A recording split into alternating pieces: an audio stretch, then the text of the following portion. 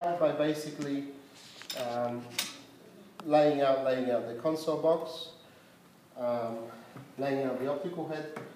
First thing we do is to just loosen this side little covers. What these side covers are, they just accommodate the cables inside them, so they adjust there to make sure that these cables sort of don't come out and they don't obstruct movement of the laser.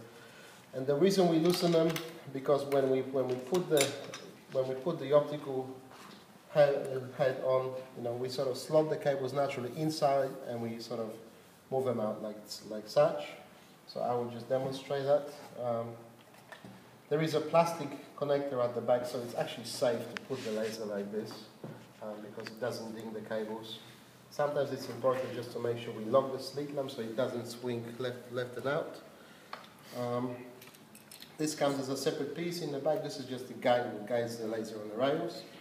So just undo the locking screw, making sure that can freely go inside.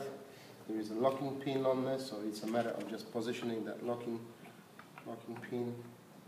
And the laser comes with its Allen key inside the accessory bag, so it's only a matter of getting it there.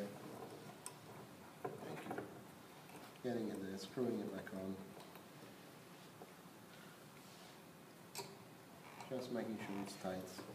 Now we're good to go. Now, where it might get a little bit tricky, these two cables sort of come out sort of this way. So like I said again, they just have to sort of follow the natural position. So the cables go inside, out, and out through there. So it's a matter of just gray on the right. Gray on the right. Black on the left. Just naturally. Underneath that little. Put the lasers back on rails again. Underneath that little clamp. So if it doesn't fit, just loosen it a little bit more.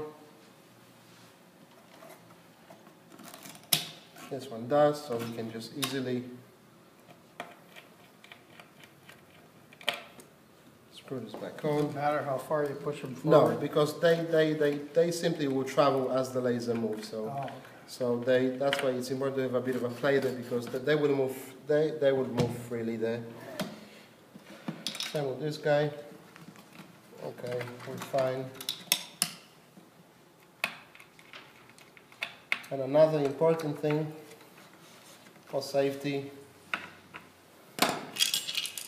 put the gear wheels on. Important thing, just to make sure that this is always sort of straight. So if you look sort of skew, just make sure we move them so this is in a straight position. Just slide the gear covers on. Oh, maybe this one is this